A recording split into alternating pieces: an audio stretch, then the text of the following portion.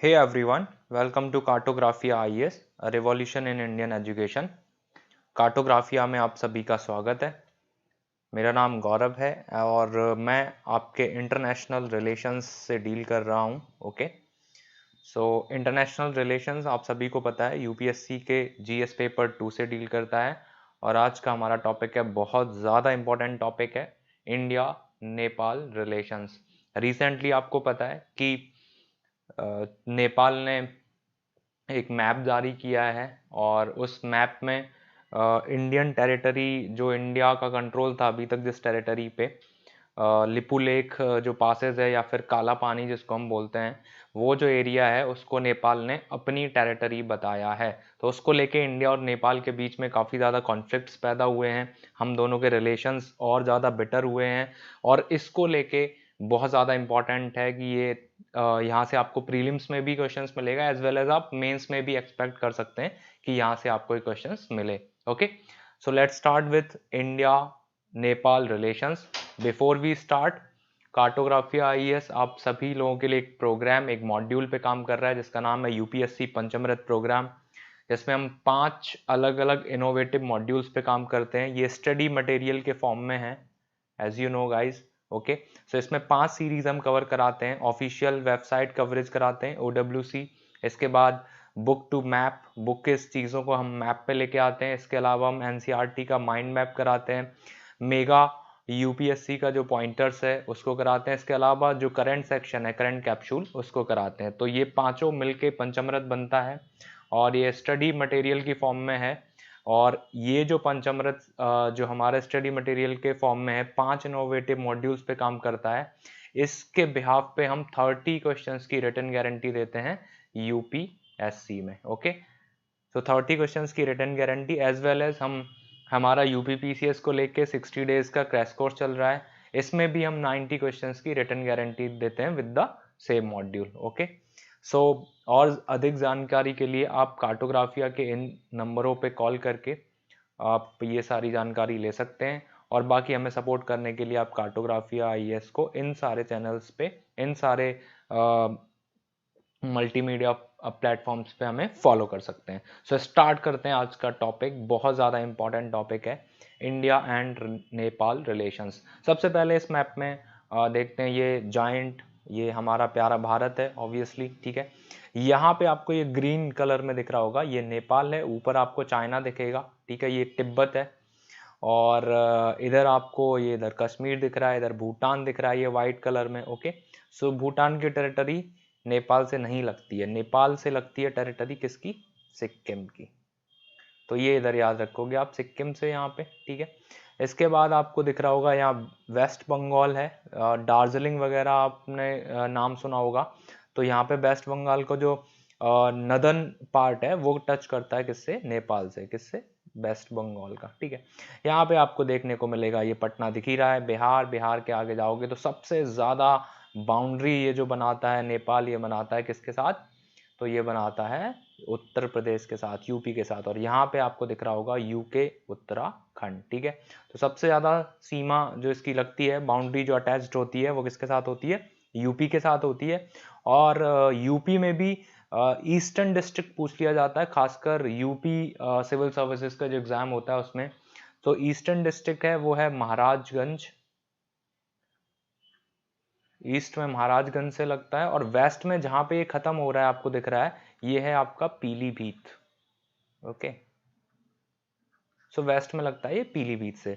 लेकिन अब हम देखते हैं कि ये आपको जो पूरा नेपाल दिख रहा है, नेपाल में जहां पे मैं पॉइंट कर रहा हूं, ये एक ट्राई जंक्शन है। ओके, सो इस ट्राई जंक्शन को आप बहुत अच्छे से देख लो, ये वाला जो मैं पॉइंट कर रहा हूं, ये एक ट्राई जंक्शन है। ट्राई जंक्शन किनको बोलते हैं, जहां पे 3 चीजें है ना, या 3 देश इकट्ठे मिलते हैं। जैसे ये पॉइंट है और यहाँ पे मान लिया इंडिया, चाइना और नेपाल, इन तीनों की बाउंड्री क्या होती है, मिल रही है, तो इसको बोलते हैं हम ट्राई जंक्शन, ठीक है।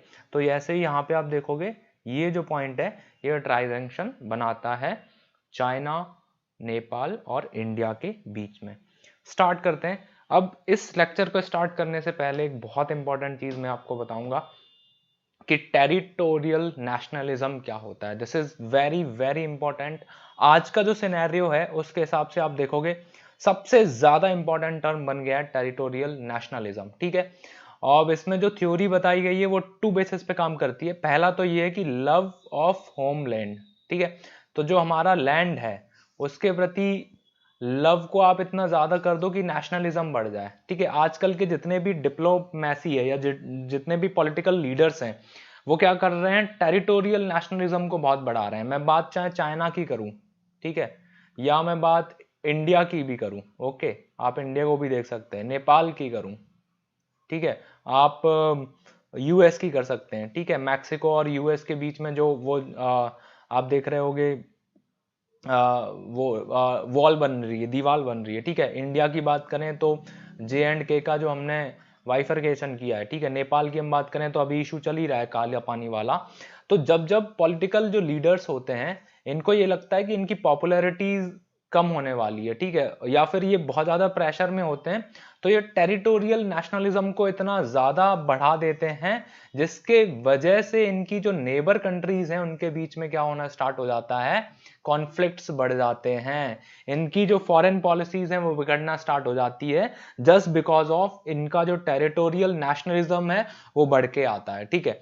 हम अगर 1857 की बात करें तो वहां से भी जोड़ सकते हैं इसको। 1857 का जो रिवॉल्ट हुआ था उस रिवॉल्ट का मेन मोटिव यही था कि टेरिटोरियल नेशनलिज्म, ठीक है, ठीक है। टेरिटोरियल एक्सपेंशन कौन कर रहा था, ईस्ट इंडिया कंपनी। फिर आप देखोगे कि ये जो म्यूटनी हुई इसमें सबके अपने अपने फायदे थे, अपने अपने एडवांटेज थे, ठीक है। रानी लक्ष्मीबाई को झांसी सिर्फ बचाना था, उनको अपनी टेरिटोरी बचानी थी, तो वो टेरिटोरियल नेशनलिज्म था, ठीक है। तो आज जो भी पॉलिटिकल लीडर्स हैं वो इसी का यूज कर रहे हैं। तो आप देख रहे हो ये जो नेपाल के द्वारा ये जो स्टेप लिया गया है कि भाई ये जो हमारी जगह है काला पानी और ये हमारी टेरिटरी है और अपने मैप में दिखा देना, ये एक स्टंट है टेरिटोरियल नेशनलिज्म का, ठीक है। अब ये एशिया में और भी ज्यादा फेमस है, बेसिस ऑफ पावर कंपटीशन, ठीक है। अपने आप को जो लीडर हैं ये पावरफुल बताते हैं कि अगर हम टेरिटोरियल नेशनलिज्म को प्रमोट करेंगे तो हम पावरफुल है। तो वहां की जो जनता है उसके अंदर एक उत्साह क्रिएट होता है कि हाँ ये लीडर हमारा सही है। तो ये बहुत ही अच्छा मैं बोलूंगा टूल है आज के जो पॉलिटिकल लीडर हैं उनको यूज करने के लिए। तो ये बहुत इंपॉर्टेंट टर्म मैंने आपसे बोली है यहाँ पे, टेरिटोरियल नेशनलिज्म। ये आपसे इंटरव्यू में पूछा जा सकता है कि ये कॉन्सेप्ट किस बेसिस पे काम करता है, ठीक है। अब आगे चलते हैं हम। अभी रिसेंटली आप सभी को पता है इशू क्या चल रहा है, नेपाल, ये मैंने कुछ न्यूज से उठाई है। Nepal releases new political map, तो नेपाल ने नया पॉलिटिकल मैप रिलीज किया है showing Lipu lake and Kala Pani as a part of its territory, okay.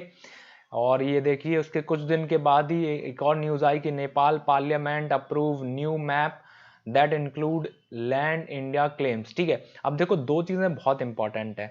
एक तो ये कि ये जो नेपाल है, नेपाल का जो नेशनल एम्बलम होते हैं, तो नेपाल का जो मैप है ये नेशनल एम्बलम में आता है, ठीक है।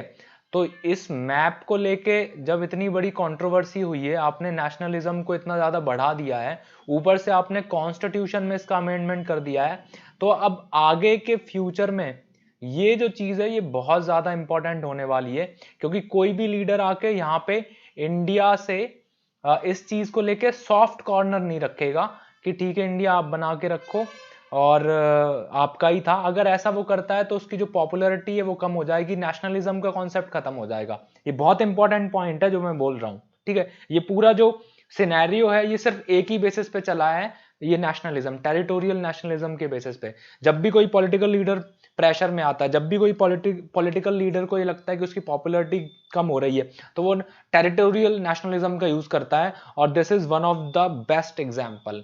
और दूसरी चीज ये कि अगर कॉन्स्टिट्यूशन में ये आ गया, अब कोई भी लीडर आके इस चीज पे आके बात नहीं कर सकता, सॉफ्ट कॉर्नर नहीं रख सकता है। तो इंडिया के लिए ये बहुत ही बड़ा, बहुत ही मेजर इशू है, ओके। सो लेट्स स्टार्ट, देखते हैं कि क्या चीज है। तो नया जो मैप इन्होंने जारी किया है नेपाल ने, इस मैप की हम बात करते हैं।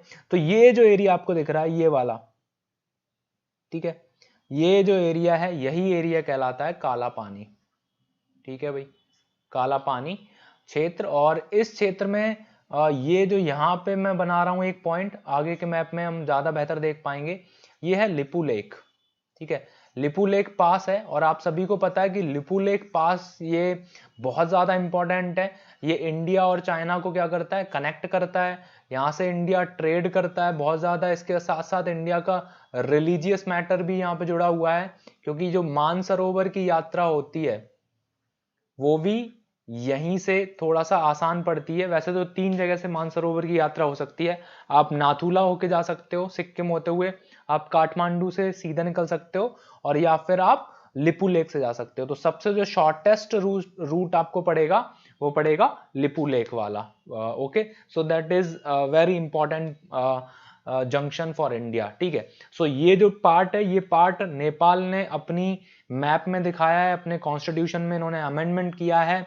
तो ये इंडिया के लिए बहुत बड़ा कंसर्न है। इवन हमारी जो नेबर्स फर्स्ट पॉलिसी है, जो फर्स्ट नेबरहुड पॉलिसी की जो चीजें हम लेके चल रहे हैं, उसको देखते हुए भी ये बहुत बड़ा कंसर्न है। ठीक है भाई, आगे चलते हैं। आगे इस मैप में ज्यादा बेहतर आप समझ पाओगे।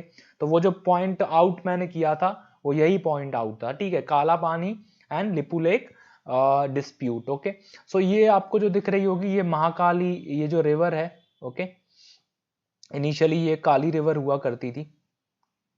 ठीक है, ये रिवर।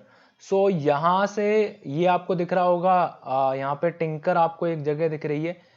ठीक है, और एक जगह आपको दिख रही होगी लिम्फिया धूरा, है ना। ये बहुत इंपॉर्टेंट जगह है, लिम्फिया धूरा। ओके, सो अब देखो हुआ क्या। ये इन्होंने, ये इंडिया के पास कैसे आया, या फिर ये अभी इन्होंने इस पे एग्रेसिव बातें करना क्यों स्टार्ट करी हैं। तो ये जो रिवर है, महाकाली रिवर है, या इसको काली रिवर भी हम बोलते हैं, ये सारी चीजें यहीं से जुड़ी हुई हैं।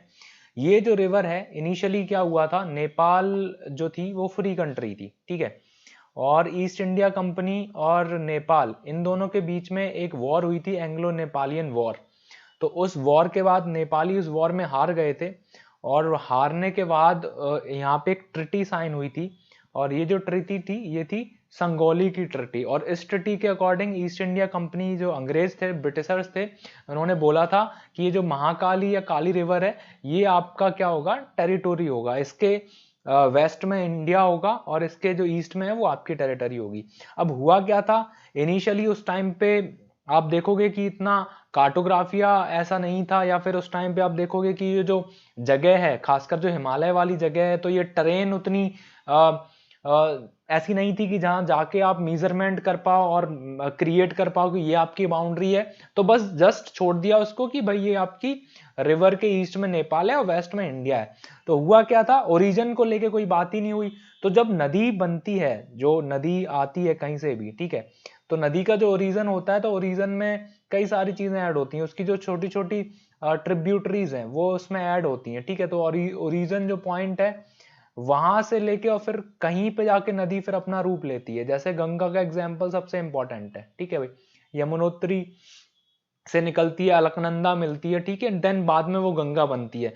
तो ऐसे ही महाकाली ये जो रिवर है, तो ये एक तो यहाँ से इसका एक कोर्स यहाँ से जा रहा है। ठीक है, यहाँ से एक सोर्स जा रहा है पानी का, और ये पहुंच गया महाकाली नदी में, और एक सोर्स जा रहा है यहां से, ओके, लिम्फिया धूरा से, और ये जाके मिल गया, और यहां पे ये बन गई महाकाली रिवर। ठीक है, तो अब नेपाल क्या कह रहा है, नेपाल ये कह रहा है कि ये जो ओरिजिन है महाकाली रिवर का वो है लिम्फिया धूरा पास।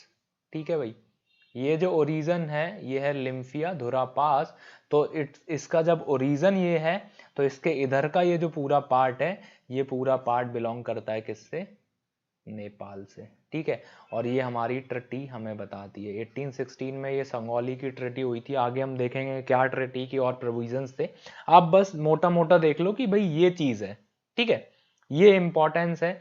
और ये जो जगह है करीब 335 किलोमीटर के आसपास जगह है, और इंडिया के लिए बहुत बहुत ही ज्यादा इंपॉर्टेंट है, स्ट्रेटेजिकली बहुत इंपॉर्टेंट है। यहाँ से हम चाइना को क्या कर सकते हैं, टैकल कर सकते हैं। चाइना का मूवमेंट देख सकते हैं कि भैया चाइना क्या कर रहा है, यहाँ रोड वोड तो कंस्ट्रक्ट नहीं कर रहा है। इवन यहाँ पे एक बहुत ऊंची पीक भी है, करीब 4,500 या 4,000 फीट के आसपास की है। तो वो जो पीक है वहाँ, ये हमें एज देती है कि यहाँ पे हम अगर अपनी आर्मी को लगा देंगे तो वो इधर नेपाल को भी देख सकते हैं और इधर चाइना को भी देख सकते हैं, ठीक है। इसके अलावा हमारा ट्रेड रूट बहुत इंपॉर्टेंट है ये, ठीक है। इसके अलावा हमारा रिलीजियसली ये जो पिलग्रिम्स हैं, कई सारे लोग हैं जो मानसरोवर की यात्रा करते हैं, वो यहीं से निकल के करते हैं।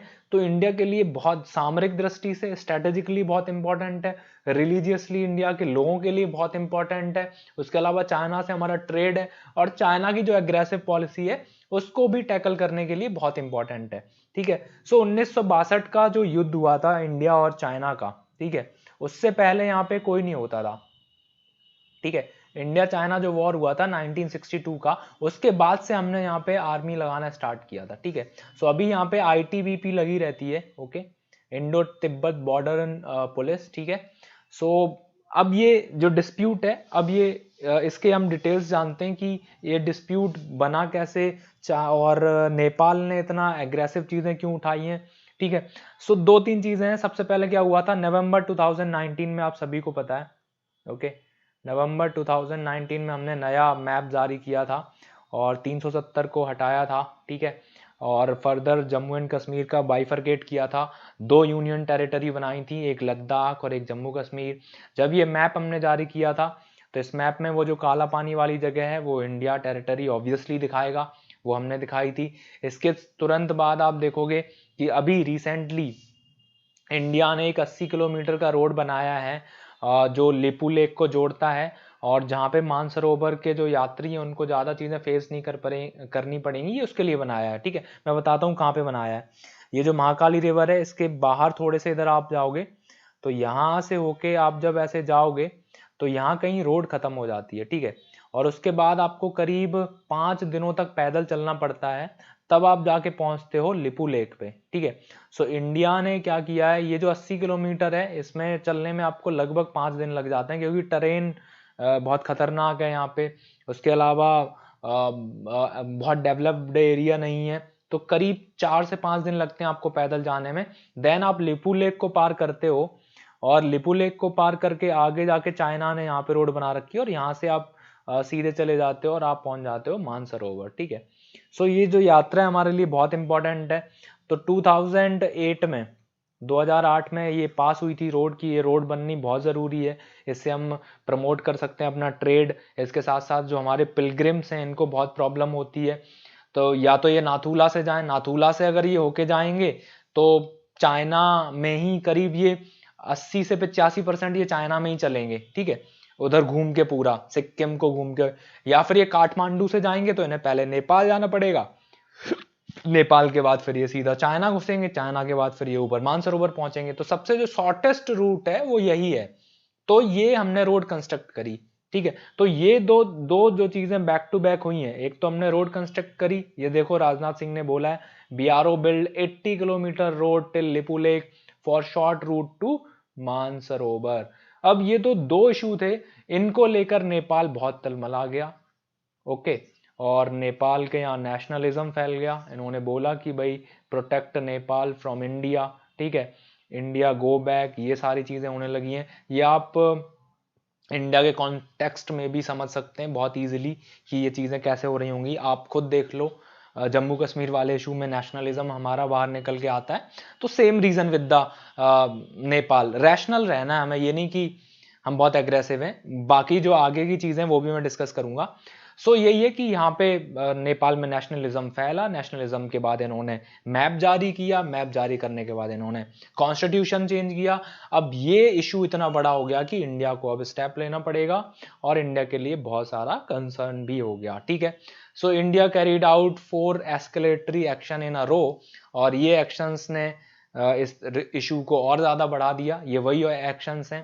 पहला एक्शन क्या है कि मई 2015 में इंडिया और चाइना ने लिपू लेक पास में एक डील साइन करी थी, है ना, ये बहुत इंपॉर्टेंट है। इंडिया और चाइना के बीच में ये डील साइन हुई थी, और ये डील यही हुई थी कि हम लिपू लेक को as a trade pass use करेंगे, ताकि हमारा और आपका ट्रांसपोर्ट में जो टाइम जा रहा है वो भी बचेगा, इसके अलावा जो पैसा जा रहा है वो भी बचेगा, ठीक है। तो इसको लेके काठमांडू ने इमीडिएटली थोड़ा सा रिस्पॉन्स किया था, इंडिया और बीजिंग दोनों को लेकर, ठीक है। फिर ये आपको पता ही है, नवंबर 2019 में इंडिया ने नया मैप जारी किया था। उसके बाद रिसेंटली अभी राजनाथ सिंह ने इनॉग्रेट किया है वो लिपुलेख वाली रोड, ठीक है। इसके अलावा जो हमारे जर्नल है आर्मी के नरवणे साहब, इन्होंने एक कमेंट भी किया था। इन्होंने बोला China had instigate Nepal to lay claims, ठीक है। तो ये बोल रहे हैं कि चाइना इंस्टिगेट कर रहा है नेपाल को कि वो इस चीज को लेके क्लेम करे, ठीक है। अब हम बात करते हैं कि ये चीजें हुई कैसे हैं। तो नेपाल का यूनिफिकेशन, एक्सपेंशन एंड कंसोलिडेशन ये बहुत इंपॉर्टेंट हो जाता है आपको जानने के लिए। तो मैं आपको थोड़ा सा बैकग्राउंड देता हूँ। 18th सेंचुरी में हुआ क्या, एक व्यक्ति थे, वो एज अ किंग बने, जिनका नाम था पृथ्वी नारायण शाह, ठीक है भाई, पृथ्वी नारायण शाह। जब ये किंग बने तो किंग बनने के बाद इन्होंने अपनी धीरे धीरे अलग से आर्मी बनाना स्टार्ट करी, सेना, ठीक है। और ये स्ट्रॉन्ग किंग थे पृथ्वी नारायण शाह। इन्होंने जब सेना बनाई तो इनके सेना में एक बहुत इंपॉर्टेंट कमांडर बने, इनका नाम था भीमसेन थापा, भीमसेन थापा। सो भीमसेन थापा काफी एग्रेसिव थे, काफी टैक्टिक थे, और गोरखाओं को आप जानते ही हो कि जाना जाता है बहुत ज्यादा फ्लेक्सिबल होते हैं, बहुत फुर्तीले होते हैं। और इन्होंने इस आर्मी को बहुत ज्यादा स्ट्रॉन्ग किया भीमसेन थापा ने। और स्ट्रॉन्ग करने के बाद इन्होंने एक्सपेंशन करना स्टार्ट किया, और यहां से इन्होंने स्टार्ट किया एक्सपेंशन, ठीक है। अब ये एक्सपेंशन इन्होंने जो स्टार्ट किया, ये एक्सपेंशन, इस एक्सपेंशन में इन्होंने कुमाऊं, गढ़वाल, सिक्किम सबको जीत लिया, ठीक है। ये इंडिया है, ये मैं बताता हूँ, ये नेपाल है। नेपाल के आगे आपको कुमाऊं गढ़वाल दिखेगा उत्तराखंड में। इवन ये कांगड़ा तक, कांगड़ा आपको हिमाचल प्रदेश में दिखेगा, यहां तक की टेरिटरी इन्होंने पूरी जीत ली। पीछे आपको सिक्किम दिख रहा होगा, सिक्किम भी इन्होंने जीत लिया। तो इतना बड़ा पार्ट आ गया किसका, नेपाल का। ये 18th सेंचुरी की बात है कि ये पूरा जो पार्ट है ये नेपाल को डिनोट करता था, यहां तक नेपाल ने जीत दिया। अब 18th सेंचुरी में एक और प्लेयर है इंडिया में, और इनका नाम है ईस्ट इंडिया कंपनी। इनकी भी अपनी आकांक्षाएं हैं। पहली आकांक्षा तो ये है कि यहां से इनको ये लग रहा था कि हमें इंडिया से ट्रेड रूट करना है ना, ट्रेड करना है तिब्बत के लिए। अब तिब्बत में ट्रेड करना या एक्सपेंशन करने के लिए इनको नेपाल से क्रॉस होके जाना चाहिए था, ठीक है, क्योंकि इधर पूरा ये नेपाल का एक्सपेंशन था। यहाँ पे सिख राजा रणजीत सिंह के टाइम पे आप देखोगे, उनके रणजीत सिंह के टाइम पे सिख बहुत ज्यादा एक्टिव थे। तो इनिशियली 18th सेंचुरी में, लेटर 1850 में जाके सिखों ने ट्रिटी साइन करी थी। तो यहाँ से अंग्रेज जा नहीं सकते थे, यहाँ पे नेपाल है, ठीक है। तो इनको ये लगा कि ट्रेड अगर हम नेपाल को पुश करेंगे तो यहाँ से हमें ट्रेड का रास्ता मिल जाएगा, ठीक है। दूसरा, पहली चीज तो इनके लिए यही थी, ट्रेड। दूसरी चीज इनके लिए ये थी कि इनकी खुद की एक्सपेंशन पॉलिसी थी, ठीक है भाई, ये खुद एक्सपैंड करना चाह रहे हैं। अब आप जब एक्सपैंड करना चाह रहे हो, उसी टाइम पे नेपाल भी अगर एक्सपैंड करना है, तो आपकी और नेपाल की लड़ाई होगी। और आगे चल के आप देखोगे कि 1814 से लेकर और 1816 तक एंग्लो नेपाल वॉर हुआ, ओके, एंग्लो नेपाली वॉर। और इस वॉर में बहुत बेहतरीन तरीके से लड़े गोरखा। गोरखा सबसे पहले यहाँ पे दुनिया के सामने आए कि एक तो ये टरेन ऐसी थी कि अंग्रेजों को लड़ने में बहुत मुश्किल हो रही थी, क्योंकि ऊपर जाके वो इतना लड़ नहीं सकते थे। दूसरा, गोरखा इनका एक हथियार होता है कुर्की, बहुत इंपॉर्टेंट हथियार है, जो अभी भी इनके यहाँ इनका नेशनल हथियार बोला जाता है। उसके थ्रू इन्होंने बहुत सारे अंग्रेजों को मार दिया। इसके अलावा आप देखोगे 2 साल तक ये लड़ाई चलती रही, लेकिन बाद में अंग्रेज तो अंग्रेज हैं, इनके पास एडवांस वेपन्स थे, ये तोप लेके जाने, मतलब पहुंचने लग गए वहां पे, ले जाके रास्ते बनाने स्टार्ट किए। और 1916 में देखोगे आप, 15 के आखिरी में जाके नेपाली इस वॉर को हारते हैं। और जैसे ही ये हारेंगे तो यहीं पे 1860 में एक ट्रिटी साइन होगी। अब यही ट्रिटी कहलाती है संगौली ट्रिटी, द ट्रिटी ऑफ संगौली। अब समझ आया ये। अब इस ट्रिटी में हुआ क्या, द ट्रिटी ऑफ संगौली। अब ये ट्रिटी जो हुआ संगौली, ओके, सो द, अरे यार 1 सेकेंड, ओके, सो संगौली ट्रिटी, ओके, कब हुई, तो 1816 में हुई। अब इस ट्रिटी में क्या बोला गया इनसे, नेपाल से, कि चलो तुम हार गए, अब तुम क्या करोगे। ये जो वेस्ट है, वेस्ट नेपाल, इधर ईस्ट है, इधर वेस्ट है, ठीक है, इधर ईस्ट है, इधर वेस्ट है, इधर साउथ है, इधर नॉर्थ है, ठीक है। तो इनसे बोला गया ये जो वेस्ट में जो तुम्हारी जगह है वो रहेगी कहाँ तक, महाकाली रिवर तक, ठीक है। अब ये चीज यहां से सामने समझना आप, ठीक है। तो वेस्ट में इनको रोक दिया, कहां तक, महाकाली रिवर तक। बोला कि महाकाली रिवर के ईस्ट में आपकी जगह और वेस्ट में ईस्ट इंडिया कंपनी या इंडिया की जगह, ठीक है। ईस्ट में इनको बोला कि चलो भैया तुमने सिक्किम पे बहुत कब्जा कर लिया है, तो अब आपकी जगह रहेगी मेची तक। मेची एक रिवर है, यहाँ पे आप देखोगे जस्ट वहीं पे पंजाब, वो नेपाल के ईस्टर्न पार्ट में बॉर्डर पे ही बहती है, ठीक है। और ईस्ट में इनको इनको बोला गया कि तुम रहोगे यहाँ तक अभी, ठीक है। इसके बाद साउथ में भी इनको बोला गया, ये जो नारायणी रिवर बहती है, जिसको हम गंडक भी बोलते हैं, बोला साउथ में तुम रहोगे नारायणी तक। सो इनका जो आज का आप देखोगे मैप, पॉलिटिकल मैप, वो इतने में ही सीमित है। यही इनका मैप था। इनके जो राजा थे उन्होंने ट्रिटी साइन करी, उन्होंने कहा ठीक है हम ईस्ट वेस्ट और साउथ में हम इतने ही जगह में रहेंगे। और धीरे धीरे इस ट्रिटी में और भी चीजें हुई। इस ट्रिटी में पहली बार गोरखाओं को देखा गया लड़ते हुए, अंग्रेज बहुत खुश हुए। अंग्रेजों ने गोरखाओं को रिक्रूटमेंट को लेके एक अलग से बोर्ड बनाया और बोला हम गोरखाओं की रिक्रूटमेंट करेंगे। इवन आज तक गोरखाओं का रिक्रूटमेंट होता है ब्रिटिश आर्मी में। और इसके साथ साथ आपको पता ही है कि इंडियन आर्मी में करीब 34,000 गोरखा अभी भी इंडियन आर्मी में है, ठीक है। सो ये ट्रिटी साइन हुई। इसके बाद ये ईस्ट इंडिया कंपनी को बिलोंग करने लग गए। इनका जो पॉलिसी है वो प्रो ईस्ट इंडिया कंपनी हो गई। और यहाँ पे अगले जो लीडर बने वो बने बीर नरसिंह कुंवर, ठीक है भाई, बीर नरसिंह कुंवर, ठीक है। सो जब बीर नरसिंह कुंवर बने तो इन्होंने एक नई डायनेस्टी यहाँ पे स्टैब्लिश करी और ये थी राणा डायनेस्टी, ओके। सो राणा डायनेस्टी के बाद इन्होंने अपना नाम रखा जंग बहादुर राणा, ओके, जंग बहादुर राणा। और इसके बाद इन्होंने, अब इंडिया में क्या हुआ इसी टाइम पे आप देखोगे 1857 का रिवोल्ट, 1857 की क्रांति। अब इस रिवोल्ट में हुआ क्या, ये जो जंग बहादुर राणा है इन्होंने अपनी आर्मी को, गोरखा आर्मी को भेजा और इन्होंने सपोर्ट किया ईस्ट इंडिया कंपनी को। जब इन्होंने ईस्ट इंडिया कंपनी को सपोर्ट किया तो ईस्ट इंडिया कंपनी वाले बहुत खुश हुए। उन्होंने बोला ये तो बहुत ही ठीक बात है। तो जब ये खुश हुए तो 1860 में फिर से एक ट्रिटी हुई और उस ट्रिटी में अंग्रेज बहुत खुश थे। तो सम पार्ट ऑफ वेस्टर्न ये जो वेस्ट की जो तराई वाला क्षेत्र है यहाँ का some part were gifted to Nepal. तो यहाँ का कुछ जो पार्ट है वो क्या दे दिया गया, नेपाल को गिफ्टेड कर दिया गया, ठीक है। जो आज का जो बॉर्डर है ये पार्ट वाला इनको गिफ्टेड कर दिया गया, ठीक है। अब ये पार्ट गिफ्टेड कर दिया गया, यहाँ की जो जनता रहती थी यही जनता कहलाई मधेशी, ओके। क्योंकि इनकी जो रूट्स हैं मधेशियों के, ये कहाँ हैं, इंडिया में यूपी और बिहार से, यूपी और बिहार के लोग हैं और ये सीधा किस में पहुंच गए, नेपाल में पहुंच गए, ठीक है।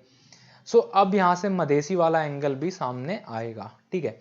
अब 1947 में हम आजाद हुए, ओके। सो आजाद होने के बाद हमने एक पॉलिसी अपनाई अपनी, 1947 में हम आजाद हुए और हमारी पॉलिसी थी नेबरहुड फर्स्ट पॉलिसी, ओके। सबसे पहले हम पड़ोसियों की तरफ देखेंगे। तो इस पॉलिसी के अकॉर्डिंग हमारा 1915 में एक साइन हुआ, एक एग्रीमेंट हुआ, India Nepal peace and friendship treaty, India Nepal peace and friendship treaty, ठीक है। अब ये ट्रिटी हमने साइन कर ली गई। इसके बाद आप देखोगे नेपाल में काफी सारी चीजें हुई हैं। नेपाल अगले 50 साल तक नेपाल में सिविल वॉर बना रहा। कैसे बना रहा, 1950 में नेपाल में जो किंग थे वो बने महेंद्र। और आप देखोगे जैसे ही इंडिया आजाद हुआ तो नेपाल में भी ये आजादी की आवाजें उठने लगी और यहाँ के जो किंग थे महेंद्र, इन्होंने क्या किया, जितनी भी पॉलिटिकल पार्टीज बनना चाह रही थी 1950s के टाइम पे या डेमोक्रेसी की जो आवाजें उठ रही थी उन सारी आवाजों को दबा दिया। जो डेमोक्रेसी या कॉन्स्टिट्यूशन को लेकर जो बातें हो रही थी, जब इन आवाजों को दबाया गया और इन्होंने बोला ठीक है आपको कॉन्स्टिट्यूशन चाहिए, मैं एक कॉन्सेप्ट देता हूं, और इन्होंने एक नया सिस्टम इजाद किया नेपाल में, और ये था पंचायत सिस्टम। ओके, लेकिन राजा हम ही रहेंगे, पंचायतों डिसेंट्रलाइज कर दिया, पंचायतों को पावर दे दिया, लेकिन राजा हम रहेंगे, ठीक है।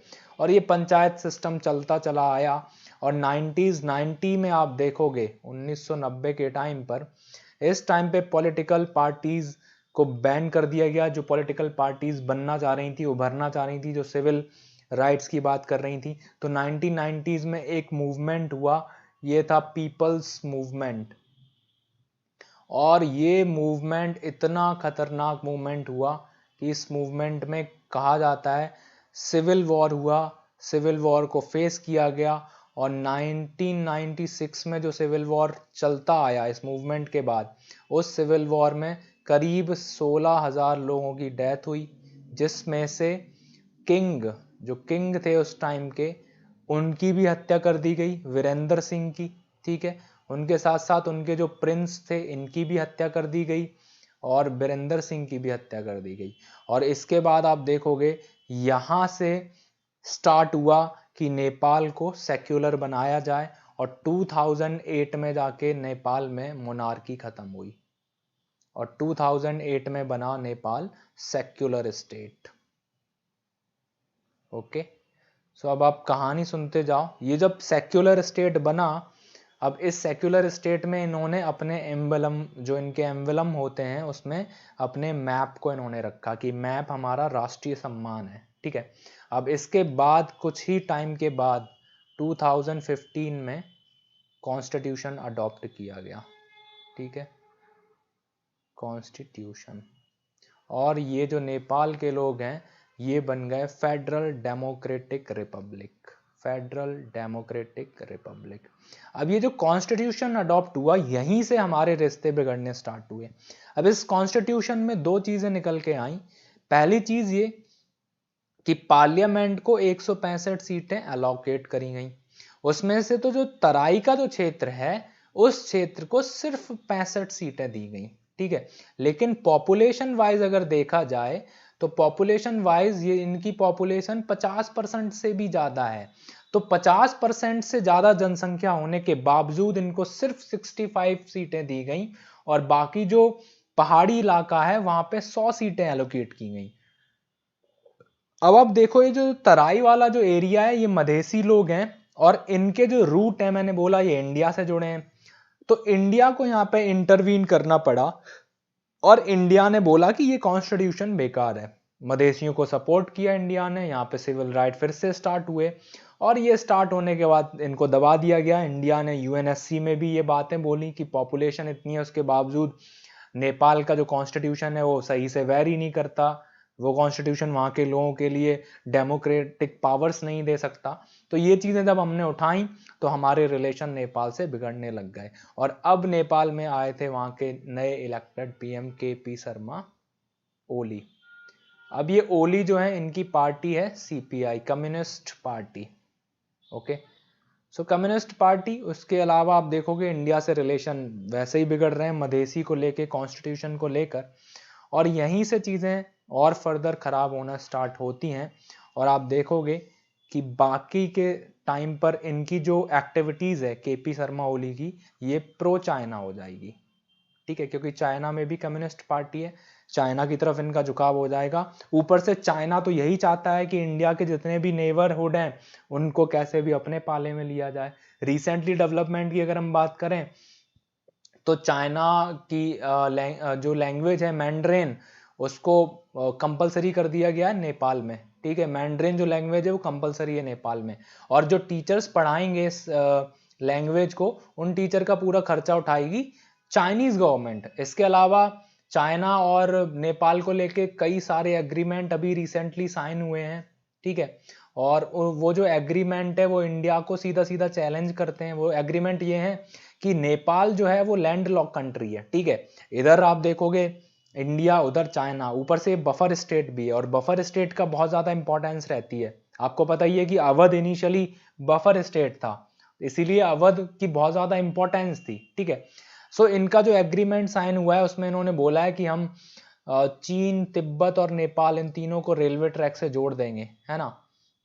और अभी इंडिया, आपको पता है ये सारी चीज़ें इंडिया की यूज़ करते हैं, ये पोर्ट इंडिया का यूज़ करते हैं, कोलकाता वाला पोर्ट। इसके अलावा हमने भी रिसेंट डेवलपमेंट्स करी हैं, चाहे वो रक्सौल की बात हो, वहाँ से ट्रेन रेलवे ट्रैक बनाना या बस सेवा चालू करना या रोड बनाना।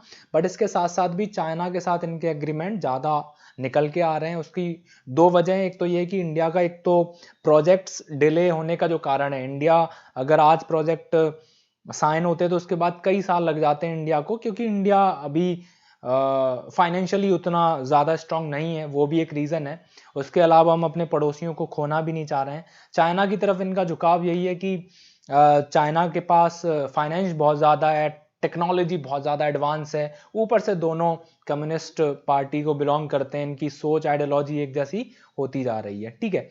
तो ये सारे इश्यूज हैं इंडिया को लेकर। अब इसमें इंडिया क्या बदलाव कर सकता है, या इंडिया क्या चीज़ें आगे नेपाल को कैसे अपने पाले में कर सकता है, या क्या, वो सारी चीज़ें बातचीत पे, वो डायलॉग्स पे निर्भर करेंगी।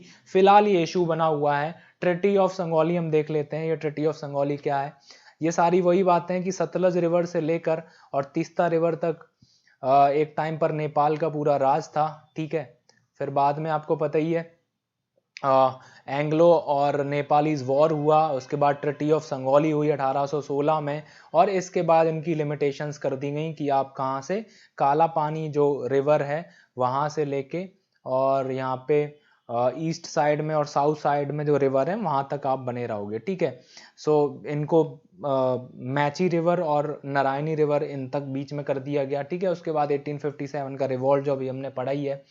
तो ट्रिटी ऑफ संगोली में और भी चीजें क्या बोली गई थी, और चीजें ये बोली गई कि the Kali river serves as a boundary between Uttarakhand and the Nepal from the Limpiyadhura, ठीक है। सो ये बोला गया कि भाई ये जो लिम्फियाधुरा जो जगह है ये उत्तराखंड के उसमें आएगी, एज अ बाउंड्री बनाएगी, ठीक है। इसके अलावा बोला गया कि ये जो महाकाली वेस्ट में रहेगी, साउथ में। हाँ, ये हम पढ़ चुके हैं सारी चीजें।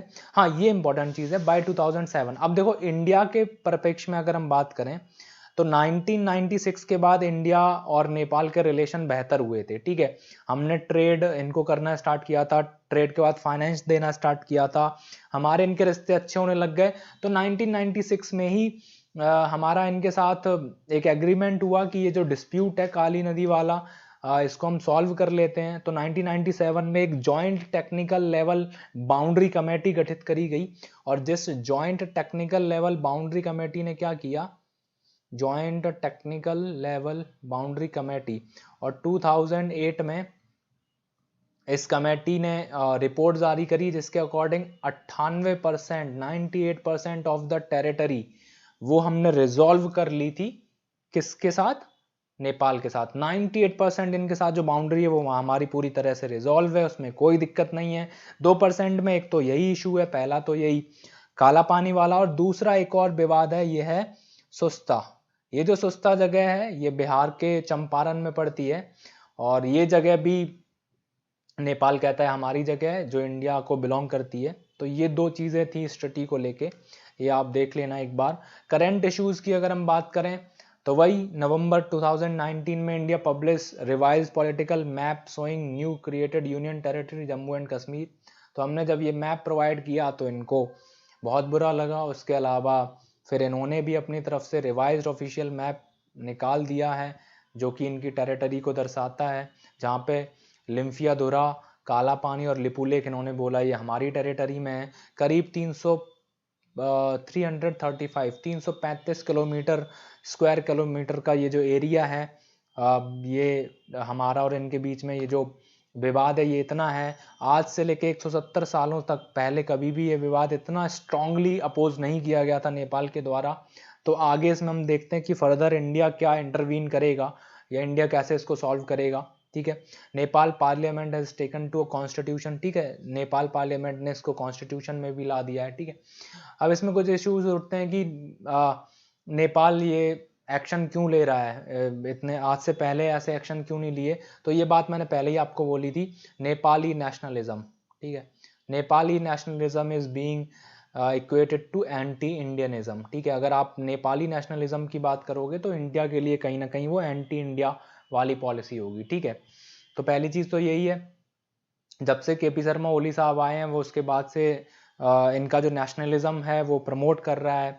कोई भी लीडर अपना नेशनलिज्म कब बढ़ाता है ये सारी चीज़ें हम बता ही चुके हैं। इसके अलावा चाइना का फैक्टर है, China is pursuing a more assertive foreign policy. ठीक है, तो चाइना की जो फॉरेन पॉलिसी है वो इंडिया के जो नेबरिंग कंट्रीज हैं खासकर उनको टैकल करने के लिए बनाई गई है। इसके अलावा जो तीसरा पॉइंट है वो है India has ignored the changing political narrative for long. India ने बहुत सालों तक यहाँ पे ध्यान नहीं दिया, नेपाल की तरफ ध्यान नहीं दिया, या कौन से इश्यूज हैं तो उसका भुगतान हो सकता है इंडिया को थोड़ा बहुत करना पड़ेगा। बट अगेन ये जो डायलॉग्स हैं, ये जो मीटिंग्स हैं, या फिर फर्स्ट नेबरहुड पॉलिसी है, इसके बेसिस पर हम चाइना को वापस लेके वो नेपाल को वापस लेके आएंगे, उनके साथ वार्तालाप करेंगे, उनके साथ डायलॉग्स करेंगे, जिसके बेसिस पे ये इशू रिजॉल्व किया जा सकता है। इसके साथ 1950 में जो हमारी treaty of peace and friendship थी, हम इसका हवाला देंगे कि हमें फ्रेंडशिप बना के रखनी है। ये सारी चीज़ें हम करेंगे और अपने नेपाल से रिश्ते बेहतर करेंगे। ठीक है, प्रीलिम्स के हिसाब से आपसे ये चारों चीज़ें बहुत इंपॉर्टेंट है, पूछी जा सकती हैं। लिपुलेख, काला पानी, लिम्फियादोरा और सुस्ता। तो सुस्ता ये पड़ता है कहाँ, बिहार में। ठीक है, बिहार में चंपारण में। और लिपुलेख पास ये बहुत इंपॉर्टेंट है, इसके बारे में आप थोड़ा सा पढ़ सकते हैं और देख सकते हैं कि क्या क्या चीज़ें थी।